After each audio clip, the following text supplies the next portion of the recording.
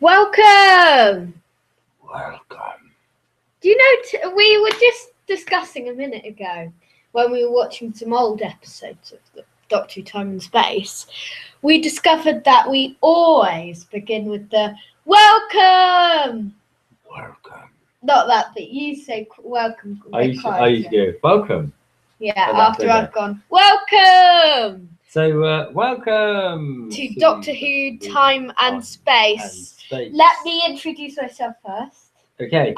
Because you usually take the spot and Right. introduced yourself first, but this time you're not going to. But just to tell you, we've been watching our review of the start of our review of Deep Breath to get in the hang of our reviews from 26th of September. It's not too far away now, is it?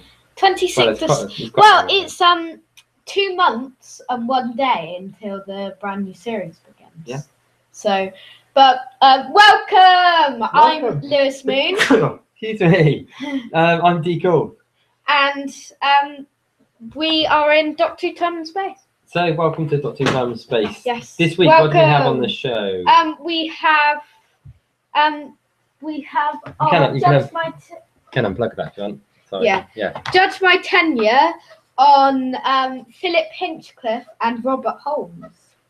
We have the news and views of Doctor Who. We have the first part of our Moonbase review. And we have a Who to Face. Yes. So it might be a slightly shorter. It'll probably be a slightly shorter show than last week. Because last week we had so much to see, didn't we? But this week we'll probably have some news from last week as well. Because last week we didn't even get onto the Lego Dimensions news because we had so much news to discuss. Because we were talking about the trailer for about 50 minutes. Yeah, most of the show. But so we'll start with this week's news. Okay, so what do we have this week? Now, a little while ago, can you remember when we told you that Torchwood was coming to Big Finish? Oh, I do remember that, yes. Conspiracy. Big Finish are delighted now to announce that fan favourite actor Gareth David Lloyd will star as Ianto Jones for the second release of our new series of Torchwood audio dramas. Now, both of us have never actually watched Torchwood. You may boo us, you may congratulate us, you may love Torchwood, you may hate Torchwood, you may think, oh, it's all right, not the best thing I've ever seen, or not the worst thing. Yeah. But the thought of actually having it as an audio is quite good, isn't it? Yeah. So who is this fella? Okay, so Gareth appeared throughout the first 3 series of the popular BBC show created by Russell T Davies.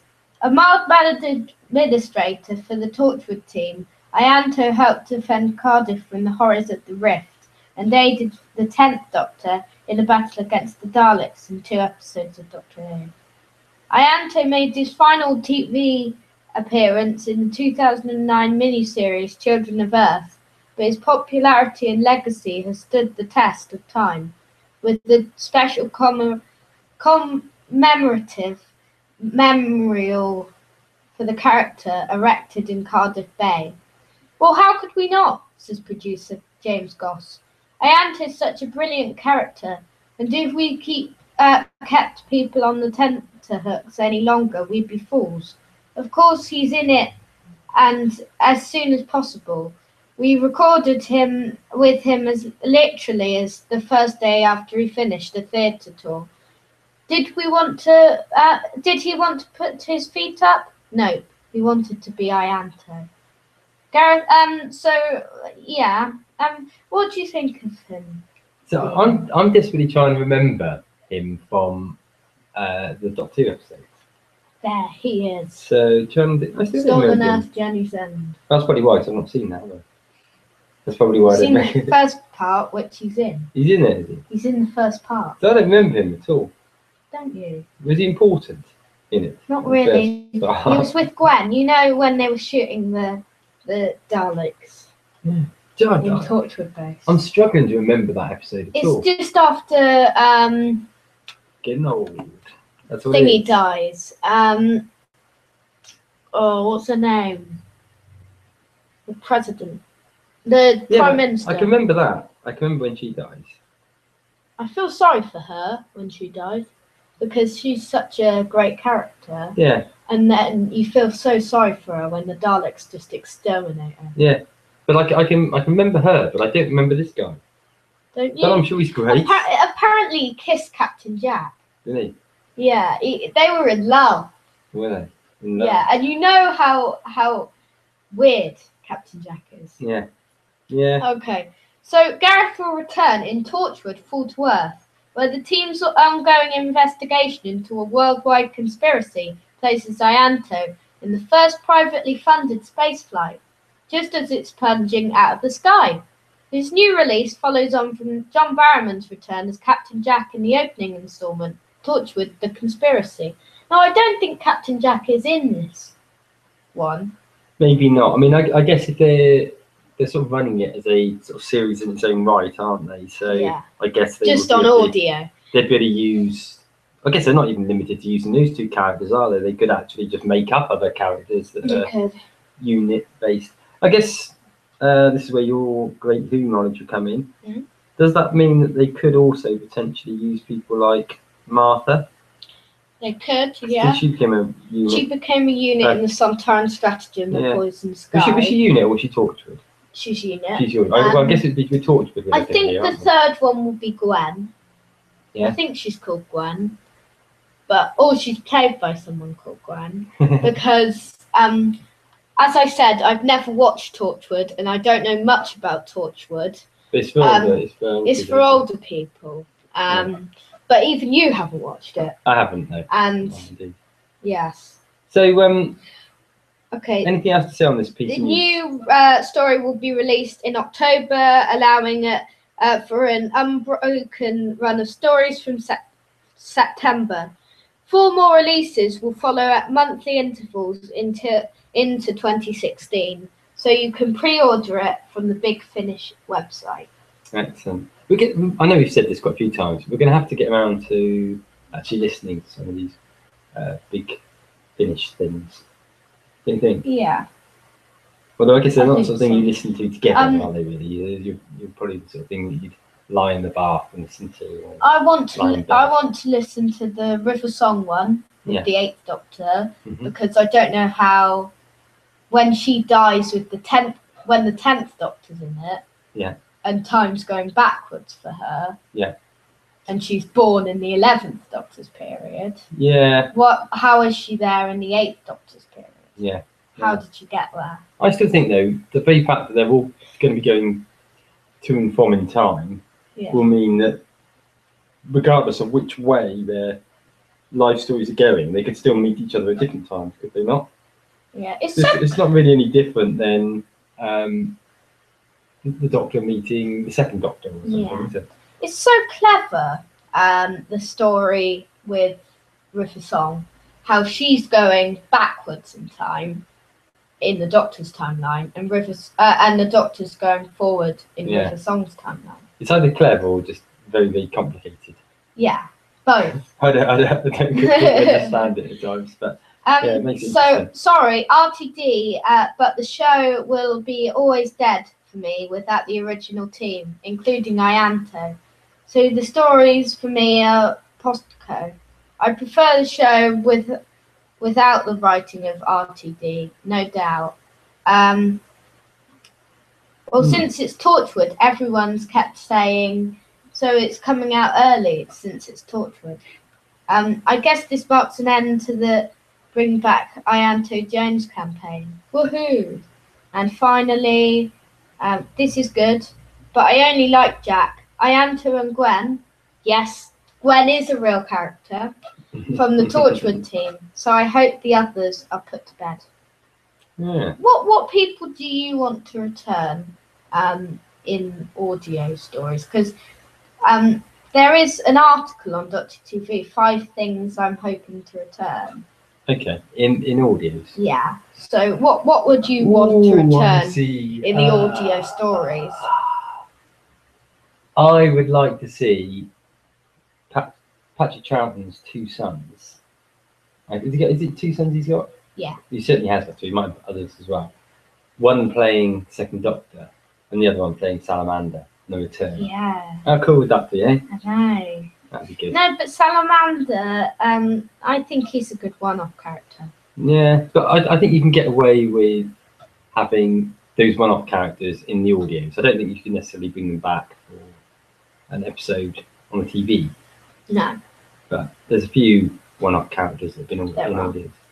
Because I would rather see.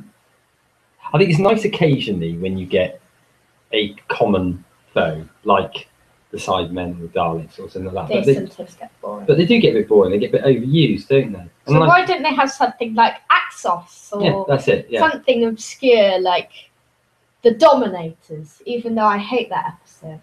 Yeah. And the Quarks. Is the Dominators your least favourite episode you've ever watched? No, Great Show in the Galaxy and Twin Dilemma are worse. Well, it's probably my third least favourite episode I've ever watched. Even though it's Patrick Troughton. Definitely my least favourite 1960s story. Okay. And definitely my least favourite Patrick Troughton story. Because as you know from when we were watching the Moonbase earlier today, I declared that I've now moved Patrick Troughton up to third place in my all-time Doctor It list. beats it beats Matt Smith. For me, that's For him. So it's now Tom Baker, Peter Capaldi, Patrick Troughton, because we've watched a few Troughton ones, and I just really love his portrayal. Really scatty, but Peter Capaldi and Matt Smith are both my top two. My both first favourite. They draw, as I've said before, but it may be because it's the current Doctor. Well, that is true. Yeah. But yeah. So I don't know. So maybe when Wagbo takes over the next Doctor, he'll become your favourite. So what do we have next news wise? If he became the Doctor, that would be terrible. There is, yeah. Who do you think is the? It's a bit of an aside now, but current actors. We won't even go into the female Doctor argument, but current actors. Who would be somebody that if you read that they were going to be lined up as the Doctor, you'd think, I don't think I can watch that anymore. Now this is a real tangent. How did this start with the Ianto Jones thing? I have no idea. Yeah. So which actor would make you think I don't want to watch Doctor Who anymore? Imagine if Louis Spence became Doctor. Yeah, that would be unbearable. It would be a terrible Doctor. Terrible Doctor. Yeah. There's probably lots of people, isn't there? Yeah. Not everyone's suited to it. There's some which I think the advantage of the Doctor is that effectively you could put anybody in that role and they would work to a degree, just because of the fact that he can have a completely changing character. Yeah. You know, you could stick you could put Louis Spence in there and you could get away with it. Yeah, and it's good because the way they thought of regeneration and that idea of regeneration, it shows it makes it so Doctor Who could go on forever. It does. It could never end.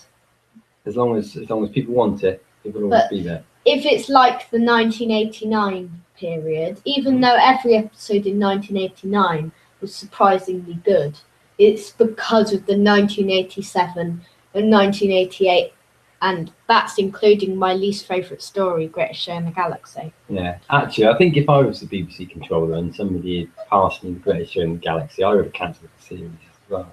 I know. Because it's rubbish. Who voted the Greatest Show in the Galaxy 108th place out of like 241 stories? It's over halfway through. Yeah, no idea. How did you? No idea. It certainly wasn't Who thought of that? Yeah, terrible, isn't it? I know. It's terrible. It's like 16th in the 19 or 12th or something in the 1980s. Yeah. Now I think it beats some of the better episodes in the 1980s. I think it beats Trial of the Time Lord, I think, in the Dawn polls. Yeah, well, it beats a lot of the episodes that we've been ranking quite high in off the randomizer, isn't it? So we've talked a long time about this piece of news, and then we've talked a lot even longer amount of time not about that piece of news, but in the news section. But what are the news that we have? took up the news section with something which isn't news. No. But so next up, Doctor Who is the top-selling BBC programme of the year, according to the broadcaster's annual report for 2014 and 15. This show has been licensed to 189 territories and is listed alongside Top Gear, Orphan Black, Life Story, The Musketeers, Atlantis, Call the Midwife, Ripper Street, Sherlock, and The Honourable Woman. Now, it's shocking to beat Sherlock, because Sherlock was is apparently one of the best shows on TV at the moment. Yeah. And it was like the top of 2014 or something. But I think it just shows how much value there is in it. But what it does do, just going back to our tangent earlier on, who would I most or least like to see as the Doctor? Jeremy Clarkson. Yeah. I wouldn't be able to watch it if he was in it. Yeah, because he'd punch the producer. Well, that might have been interesting. He might have punched Philip Hinchcliffe if he was in it in the 1970s, which we'll talk about Philip Hinchcliffe later. I guess he'd be the first punchy Doctor, maybe.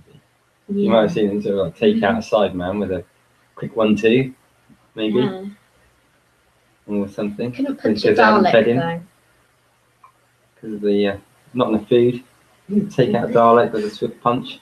So, any more news? So, I'm still on this. Okay. Other Doctor Who snippets from the report include Series 8 was seen in the UK by an average consolidated audience of 7.4 million and aired in over 70 other countries. On BBC America, Doctor Who continued to grow with Series 8 Series 34, delivering this show's highest ratings to date, up 19.7% versus prior series, with an average of 2.2 million viewers each week, while licensing sales on the title returned year-on-year growth of 29.1%. Just going on a tangent again. Yeah. Would you have named your series Series 27 when Doctor Who started with Rose again, or would you have named it Series 1 like they did? I think fresh start. Yeah. Yeah, I think they did the right thing. I think what they did is they gave it a fresh feel without forgetting their past, and I think it was actually quite well done. So it gave a real natural divide, I think. But at the same point, actually, I guess actually thinking about that, if you look at the early series of The Return of Who, there wasn't too much harking back to classic times, was there? No. It's more. I think Stephen Moffat's because he's such a big fan and always has been, since his childhood. He perhaps makes more references back to classic Who. Yeah. Than what RTD did. Does that sound right? Yeah, it does. Yeah. And I think we're going to get quite a few more, aren't we, this season? I think so. Doozies. I think we'll get the same, because in the trailer it looks like the same design of Skaro than it does in The Dead Planet, which was episode 1 of the Daleks, the first Dalek story. So, who knows? Who knows?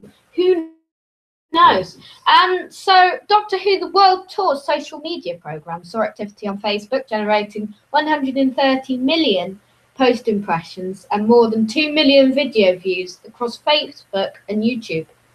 Doctor Who remains the #1 TV brand on Tumblr and ranks among the Twitter's top 5 most tweeted about original dramas. Series 8 on the ABC in August delivered an increased audience, and Sydney was one of 5 international stops on the world tour. The BBC have furthered investment in premium content, with key acquisitions on titles such as Doctor Who, Orphan Black, and The Musketeers, contributing to an increase in distribution rights of 32.7 million pounds. The BBC secured new licensing deals for core BBC brands, including a Doctor Who partnership with Lego, which we'll talk about Lego Dimensions in a minute. So, Okay. Well, should we do that? Do we have time today to talk about I think Lego so. Dimensions? I think we probably do. Okay. During the year, matters under review included the plans to launch the global genre brands BBC First in Australia and New Zealand on Foxtel, and BBC Brit and BBC Earth in Poland, and investments in Musketeers Series 3 and Doctor Who Series 10, which it has been confirmed that they are making a 10th series of Doctor Who. Hey. And Stephen Moffat's writing it. Hey. Is he confirmed that, is he? Yeah. Hey, right. But see, what I think is quite interesting, well, not so much interesting, is there's often that question when you look at the forums, people sort of saying, oh, Doctor Who's not as popular as it used to be, they're going to cancel it soon. But unless there's a lot of spin coming from the BBC, that doesn't seem to be the case at all, does it? It seems like it's getting more popular, if anything. I mean, it may be that some of the viewing figures are down a little bit in this country, but the figures are up so much overall that you can just see it carrying on, can't you? Yeah, it's the top-selling programme then. Yeah. In 2014 and 15. Having said that, it also said that River Street was really high up on there, and they stopped making that after 2 series, didn't they? Yeah. But still, the gloom and doom people are around, yelling cancellation since, well, forever. And yet, articles speculating cancellation will still manage to arise throughout the time of the series. It's good to know there won't be a repeat of 1989 anytime soon. This cancellation, I mean, I personally love McCoy's third series. As I said, there's not anything wrong with McCoy's third series. They're all good. It's just like it had Curse of Fenric and Survival and everything. Yeah.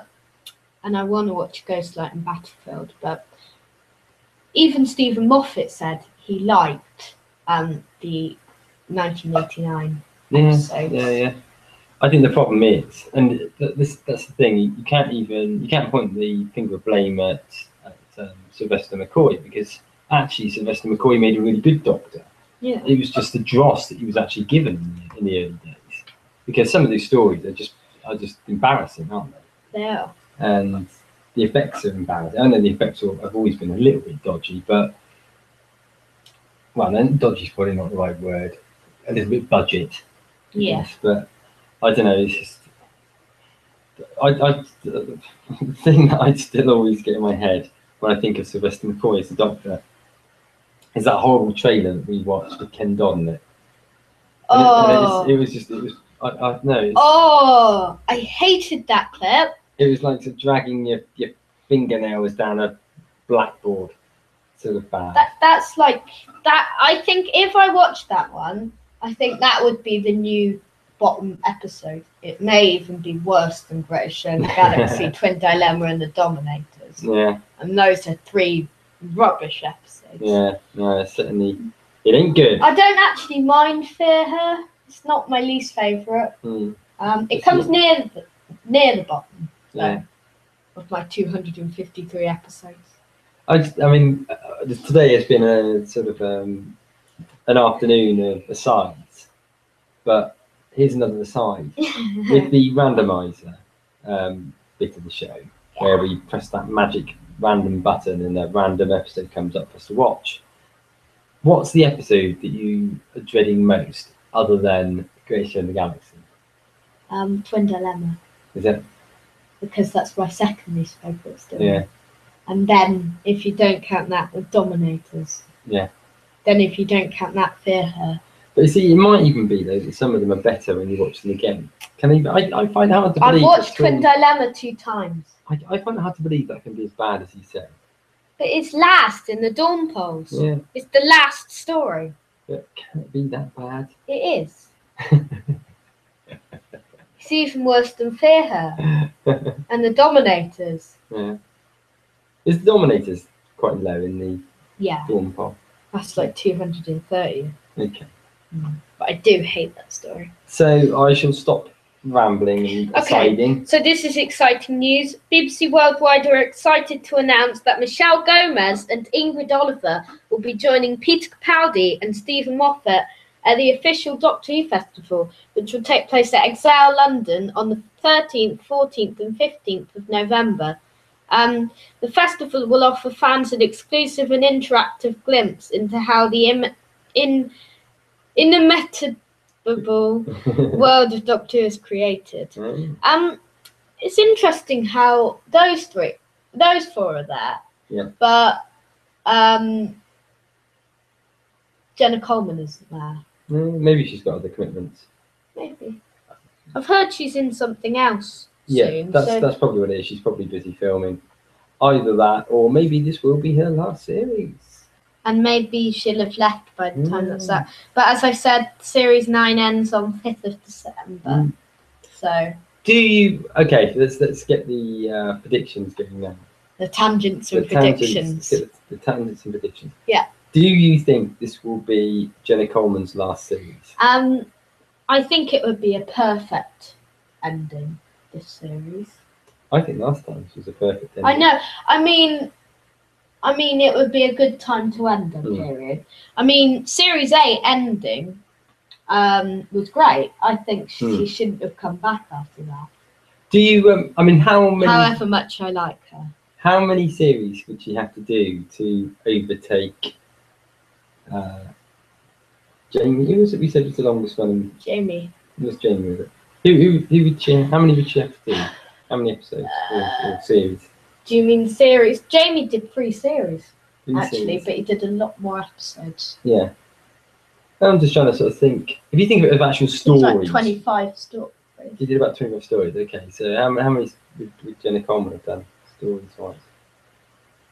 So by that time, assuming she would have done more, wouldn't she? Because stories, but episodes-wise, the episodes were much longer those days because there was like the War Games was a 10-part. Yeah. And be an interesting thing to actually work out length of time on the screen as to whether or not Jenna Coleman is actually now the longest running. We should do that as our investigation. Maybe we should. We should do some investigations. Yes.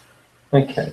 Well, we can think about that, can we? I'll give you something to do during the summer holiday, won't it? Yeah. So what? I'm hard at work and you're lounging around with 6 weeks off. So what do you think of them being back in it?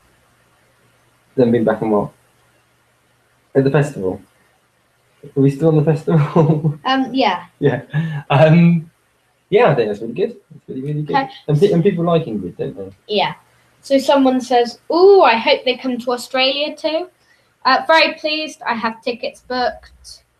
And annoyed that us TV license payers have been priced out. Would love to go. And finally, looks like Jenna isn't attending. Quite surprised. That's what I was saying earlier. Yes. Yes, I was saying that earlier. So do we have further news? We do.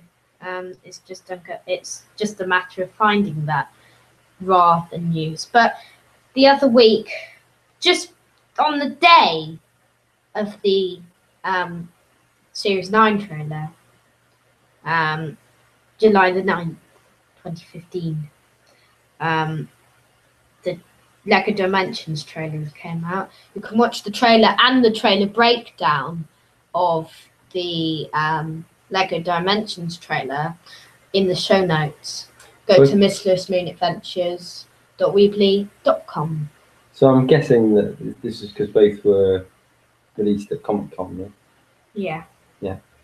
So what did you make of this then? So it's all right. Tell us a little bit about the Lego adventure. So Doctor Who, which has never before been in a Lego video game, will be playable in the Lego Dimensions starter pack with a complete Doctor Who level where the game's heroes continue their quest while encountering Daleks, Cybermen and other adversaries from the universe. Fans who want more Doctor Who in Lego Dimensions will be able to purchase the Doctor Who level pack, which includes an additional mission-based Doctor Who level, along with the Lego minifigure of the 12th Doctor and Lego models of the TARDIS and K9, all playable in the game.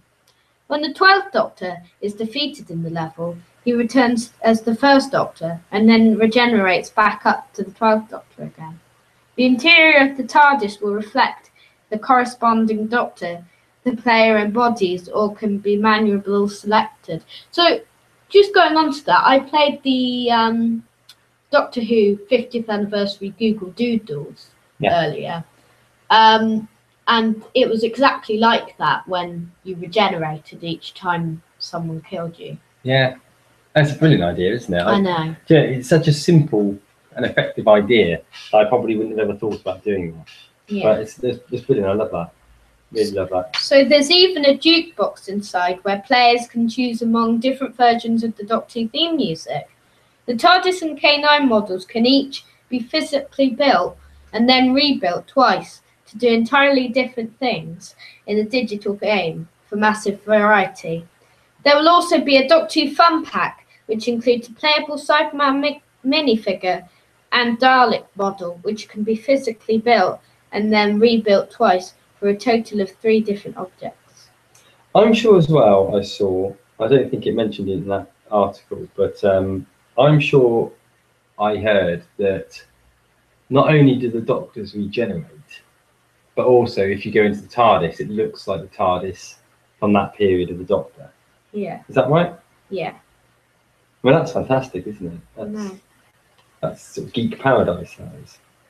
It is. So should we look at some comments? Yeah, what do people think about it? Am I the only one who thought that Moth was asleep during the last video? So, this looks amazing. Going to buy a console to play it. Which one would be best? I can't believe how something else. It appears to be like Disney Infinity, which makes Wallet suicide. This game just got better, even better. How many Doctors? All 12? No, all 13. Seriously, cannot wait for this now. Peter Capaldi looks adorable in Lego form. And finally, loving this. I may even look into purchasing this, though I don't really understand how it works. It's a game that you have to buy, and then you have to buy each individual level by purchasing physical Lego. What? Actually, I don't understand that either. Yeah. So you basically, in order to buy other levels, you would have to buy Lego, do you? I think so. And then they give you a code or something like that. Presumably, you type in. That's interesting. I've never heard of that before. I think there's another game as well, Disney Infinity, where it's a bit like that, where you have to purchase like toys. Okay. To Sounds like a big cash in, if you ask me. I forgot to write the show notes. Yeah, but you've not needed them today, have you? I've not needed them because it's quite a simple show this week. Plus, it gives us an opportunity to spontaneously go off on tangents. Yes. So, any more news, or is that all the news done? That's all the news for today. But as I said, you can see the adorable and Peter Capaldi Lego on our show notes. Fantastic. So, what does that take us to then? Next on the show. Takes us to Judge My Tenure. Judge My Tenure. You better explain this, sir. We did 12 or 13 weeks of Judge My Tenure, which we looked at each of the Doctor. We did. The Doctors. So then we did a production Judge My Tenure, where we look at the showrunners, the producers, and the script editors in classic case. Yes, we did. So today we're on part 4. And also, Dr. Time and Space is episode 116 today. Not to mention that. Happy birthday. 116th episode birthday. So, let's see. So today we're going to look at Philip Hinchcliffe and Robert Holmes. Okay. Okay, so we're going to start with this. Now, the good thing about Robert Holmes and Philip Hinchcliffe is they made Doctor Who more like gothic horror. They based it on horror movies and all that sort of thing. So they based it on Jekyll and Hyde. They based it on Forbidden Planet. Mm-hmm. They based it on Phantom of the Opera. Phantom of the Opera. Yes, of course. Let me think through them all. They did an Agatha Christie-based story. They did lots of horror stories. So to set things straight for me, because I don't know very much. Their period started with the beginning of Tom Baker. Yeah, 1975 to 1977. So they would have taken in all of the Tom Baker, Sarah Jane stories and all the Leela ones? Not all of the Leela ones. Okay, it's the first series. First 3 episodes. Right. Leela. Okay.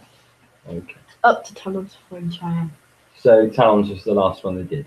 Yeah. Okay. Doesn't complete 1977. Mm-hmm. Graham Williams completed that, but we'll go on to that next week. Okay. So things that we've already watched then that fall into this era would be Hand of Fear, Genesis of the Daleks, Image Offender. No, that moves on to the next one. I think that's it. Okay. From this period Okay. that we've watched. But it does pick up one of my favourite classic episodes, which is Talons of Weng-Chiang. We all love Talons of Weng-Chiang. In fact, it's probably my. I don't know. Do I like it more than Genesis? I struggle with it. I've watched Genesis more recently, so at the moment I'm probably just slightly going Genesis ahead of it. But I would suggest you watch, if you've watched Talons of Weng-Chiang recently, and I think you should watch Batman March's Cat Reviews Talons of Weng-Chiang review. Yeah. Because that's a good review. Yeah. Good idea for a review. It's a good idea for a review, isn't it? You wouldn't necessarily agree with it, probably. You probably wouldn't necessarily agree with all the comments. No. But that's half the fun of it, isn't it? Yeah. Yeah. So, let me see. What do we make of this period of time then? Would it be fair to say, and I say this with my biased Tom Baker hat on, and a packet of jelly beans in my hand, but that this is actually the best period of Doctor Who ever? It might actually be the best period of Doctor Who ever. It had more standout episodes than ever. Genesis of the Daleks, Talons of Weng-Chiang, Seeds of Doom, Terror of the Zygons, Ark in Space, Morbius, Reign of Morbius, Pyramids of Mars. Actually, that is just classic, isn't it? It's just like classic episode after classic episode in there, isn't it? Yeah. Horror of Fangok? That was Graham Williams. Okay. Yeah, so you can't really dispute that, can you? So in terms of judging their tenure, it makes it very simple, really, doesn't it? Because it's a pretty damn good tenure, isn't it? Yeah. You know, strong writing, strong Doctor, strong companions in Sarah Jane and Leela. What more can you ask for? Presumably the one with the master with the burnt up face, and that must Deadly Assassin. That must be this period as well. Yeah, Deadly Assassins. Wow. Yeah. Deadly Assassin. Hand of Fear. Yeah. So, Robots of Death. Yeah. So it's pretty much classic after classic. You know how sometimes you watch an episode and you think, I really enjoyed that, but then when you rewatch it, it's not quite as good. Yeah. That's probably the sign that in the end it's not a classic episode. But like Genesis of the Daleks, Talons of Weng-Chiang, lots of episodes, they have had that effect that makes it a good episode. Mask of Mandragora is one of the episodes that I don't really like. I'm being a bit harsh here, but it's maybe my least favourite episode. No, Planet of Evil is my least favourite Robert Holmes and Philip Hinchcliffe story. You've never seen that one. But you know, the point I was sort of thinking about is that sometimes you'll watch some episodes and you think that's rubbish, So she takes on that twin dilemma, perhaps. Because I've not seen it from what you said. You've watched that and you think this is rubbish, don't like it at all. There's other episodes you'd watch where you think, oh, that's brilliant, I really, really loved that. And then there's episodes you watch and you think, that is classic. Yeah. The ones that are the really good, I enjoyed that sort of category. Sometimes when you rewatch them, you'll realise that you only liked them that much because they were fresh and new. And actually, they're not going to stand the test of time as well as others. Yeah. Whereas actually, in this period of time, all of those episodes that you've been reading on have all stood the test of time, haven't they? They're all real top-notch classics. And I bet you, if you were to take that Dawn poll, and write the showrunner next to it, next to each of those episodes, there would be a lot from this period in that top 30. Okay. Should we go on to the bests? Mm-hmm. So, best year. You better do this, so I don't know years.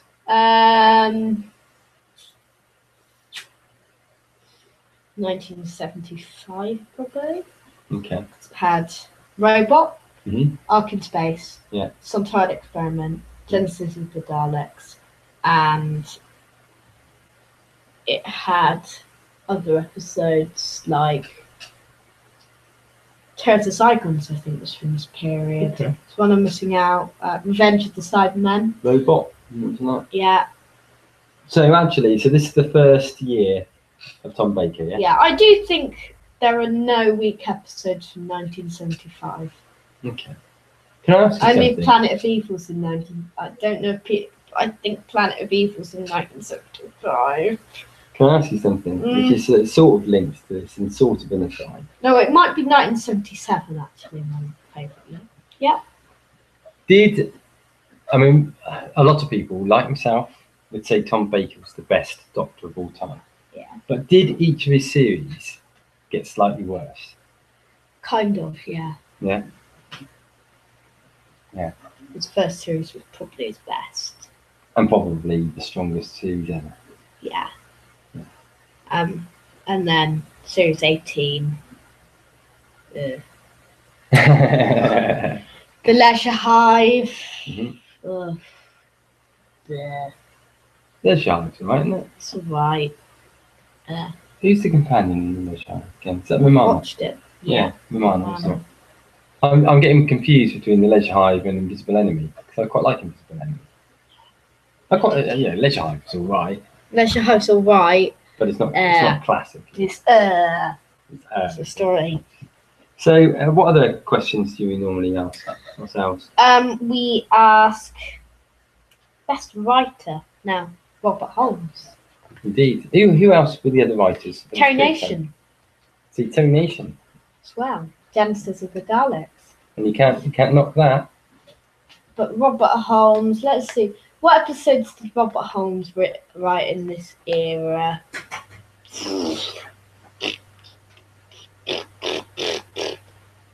Talons of Wang-Chang.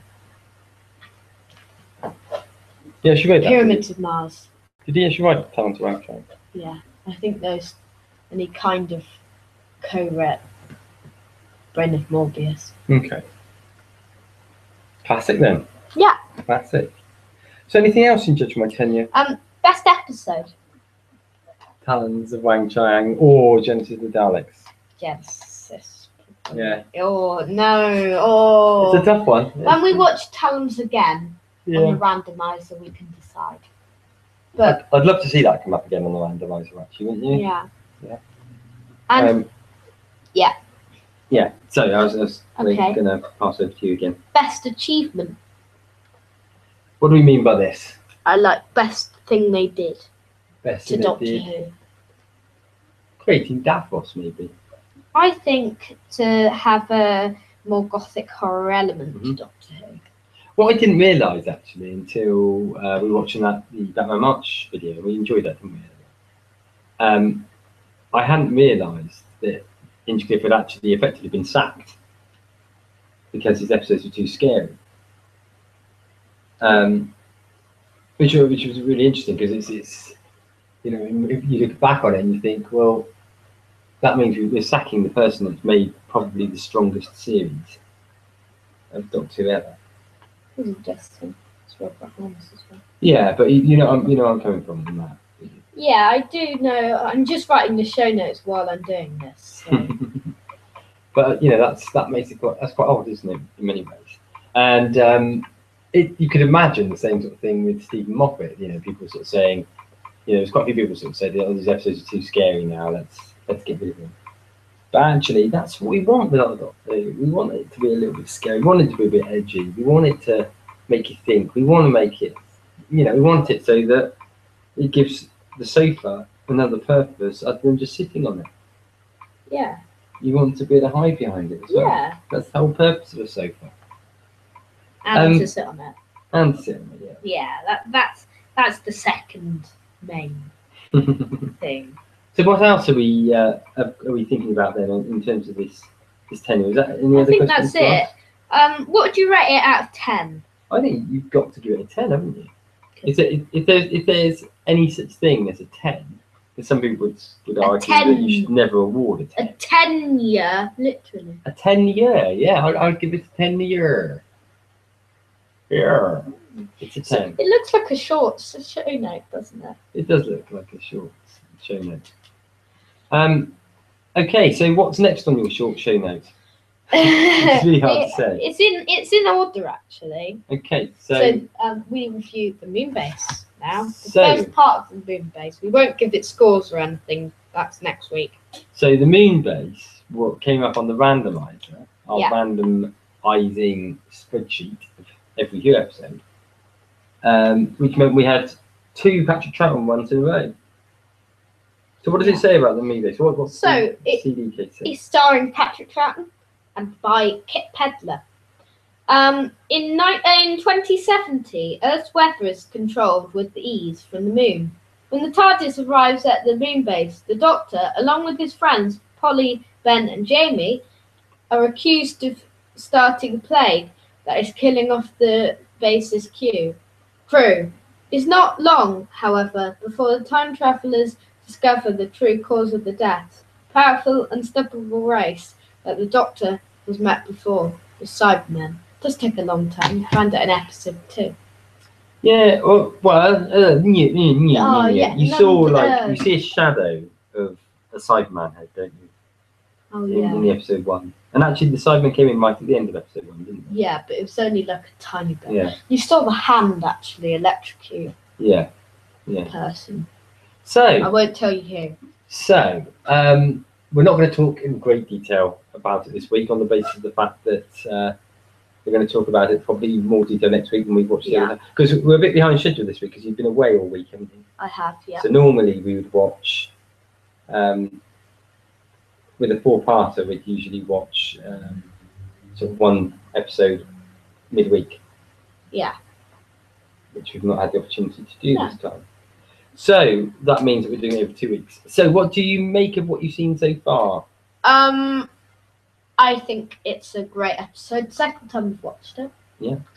I don't know if it's the only story that I've only seen once before on the randomizer so far. But it's the first one that's come from the randomizer, I believe, correct me if I'm wrong, that's got a cartoon rather than acting on the basis that it's a missing episode. And there's 2 missing parts to this one, isn't it? Yeah, we've only watched 1 of the missing parts. Yeah. But it's episodes 1 and 3 that are missing, but we've watched episodes 1 and 2 so far. So whilst we're on that then, can I ask you, what do you make of these cartoon replacements where the episode is missing but they still have the sound? Do you find them quite good to watch? Yeah, I prefer them than stills and missing episodes. Yeah. But I don't prefer them than normal episodes. No. But it would be nice if they were able to take all of the episodes that have got sound but no picture. Yeah. Because they stupidly deleted them all in the old days. It'd be great if they could actually turn them all into cartoons, wouldn't it? I know, it would be good. Well, okay, so another slight aside here. Yeah, It's a show of it's show of tangents. What? Should call it Doctor Who. Doctor Who: The Tangent Show. We should do, really, shouldn't we? What story would you most like them to be able to turn into a cartoon one? Which are the deleted stories? Celestial Toymaker. I want to see that story. Even though it's quite low in the Dawn charts, I think the only reason that is because not many people have seen it. Mm-hmm. The idea of it's good, isn't it? Yeah. So even if the episode's not good, the idea is good. Yeah. So what else do you make of the movie? What else can we say about the Moonbase this week? Well, it's your first. We talked about Patrick Troughton last week and Jamie, but it's your first Ben and Polly episode. What do you think of them from the first views? I think they're okay. Yeah, they're not the best companions. No, they're a little bit. I've watched 3 with them in. I would suggest that you've got, particularly in the old days, I'm thinking probably throughout the whole of the classic Who era, you've got a handful of companions that have a lot of character, and then you have a lot that are very, very samey. Yeah. And they fall into the samey character. I wouldn't say Polly's not as good as Victoria. I don't think. Yeah, I think she's basically the same character. Effectively, yeah. She's just Victoria's a copy of Polly. Yeah. And what about who was the guy called again? Ben, wasn't it? Ben. Is he any different than, say, Peter Purvis's character? I've not watched one with Peter Purvis, but I am going to soon, hopefully. So yeah, I think in those days the companions it didn't really matter. They just were. Yeah. They just hung around and did stuff. Boring people. So that's probably all we really can say too much about it. I'll tell you what though, the Sidemen look really cool, don't they? They do. This period of the Sidemen were really creepy. We haven't heard one speaking, have we? No, we haven't heard one speak. No. We're doing part 3. Well, let's look forward to part 3, which we'll be watching next Saturday, won't we? Yes. I love Cyber voices from the 1960s. Yeah. So sounds so eerie. That's the end of the Moonbase review. Yeah. Which brings us on to Who to Face. Yes. The final part of the show, and actually we've been waffling for an hour. Almost. Yeah. About 50 minutes. Yeah. Still, when there's not been. Without there being much to really talk about. Yeah. Because we waffle and go to sides. Doctor Time and Space does have waffling and asides. Yeah. But it's good. If you just edited it down to just the essential news, the podcast would actually only go on for about 2 minutes. So, do you want to load up the Who to Face machine and explain what Who to Face is? So, enable macros. Enable this content. Sorry, I have to do this on the show. You start enabling. So, hello. Sorry about that, but the Who to Face is where we get a random monster and a random doctor picked out for us, and we have to have a story where the two meet. But this week, whose turn is it to go first? Is it me? Yeah, it's me. It's me that goes first this time. Okay.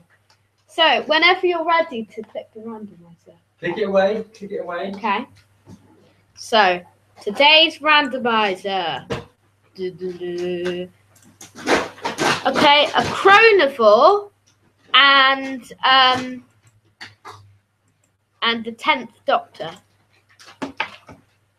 Okay. For my sake, can you just explain what a chronivore is?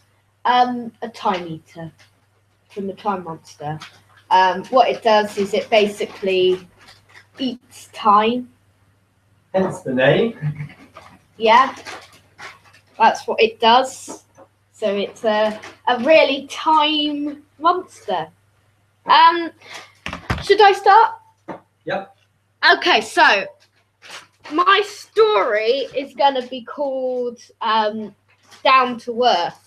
Did it say the 10th Doctor? Yeah, 10th Doctor. So the 10th Doctor lands on Barcelona. Not the planet, the place. But they find that there's a big rift. And when you go through it, you land on the planet Chronovorus. There they find mystical objects and mystical beings, and actually people made out of mist. But then the Doctor meets a crew of people who have been damaged by the things that have been happening in time. So there's important people who have come from their time, like there's Agatha Christie, there's Shakespeare, there is Charles Dickens, there is Robert Holmes. No, only joking. There's Martin Luther King. Okay. There is King Arthur. There is Queen Elizabeth I, and loads of other important people. But they find that time is being ripped open by the chronovores, and in the end, the Doctor and one surviving person, who is not actually the only one that's not important, have to save the world. But what can he give to the universe to become famous and defeat the chronovores? Excellent, that sounds good. Yes. What I love about this section of the show is there's no preparation, particularly when you're the first one up. You immediately got to think on your feet. When you're the second one up, you get a better story. I don't know, not necessarily. With me. That was a good story, but it means I've now had about a minute and a half to think of a story. Which I haven't done yet. No, I have really. Okay, so my story is called Lest We Forget. Okay. So down to earth and lest we forget. Yeah. So what happens is the Doctor, which Doctor is it again? 10th Doctor, isn't it? So that's David Tennant, yeah? Yeah. So it's David Tennant and Martha. Mine doesn't have a companion. It's in the specials period. Okay, mine is with Martha. They because they had so much fun in the which period was it they went to? They went to the Shakespearean period. Yeah. Because they had so much fun within the Shakespearean period, they go back in time again, and they decide they're going to go back to see how Shakespeare is getting on, and they go back, and he's not there.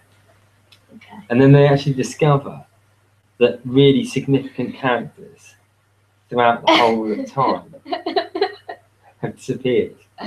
And they're no longer there. It's kind of the same as mine, but yours have disappeared and mine have opened. Yeah, that's right. Mine is a bit similar, yeah. But what's happened is effectively the monsters that are called the chronovores. Actually, it's their way of actually destroying the Earth, is to remove it of the people and make it anything other than reborn. And so it's not just good characters that have gone, also bad people have gone. But important, so people like Adolf Hitler's disappeared, no such thing. And it just means that time is completely leveled out, and that way it's leaving it easy pickings for this race to come down and actually wipe out the human race and take over the planet for themselves. Okay, that sounds like a good story. It's not bad since I've actually no idea what these monsters are, because I've never seen that episode before. I've never seen that episode. You're not? But I will soon, because you've downloaded it. Ah, yeah, true. If it works. Yeah. So there we have it. That's this week's Who to Face. I don't know how I know about them when I actually read a whole story about them. Well, the interesting thing would be was when you actually watch. What was the episode again? Time Monster. When you watch it and you actually find that it's exactly the same story as Lest We Forget. And Down to Earth mixed together. Yeah. Which it could be, I don't know. No, it's set in Atlantis. Oh, is it? Oh, that's interesting. Well, some of it. Yeah. Excellent. Well, I hope you enjoyed that roundup of Lest We Forget.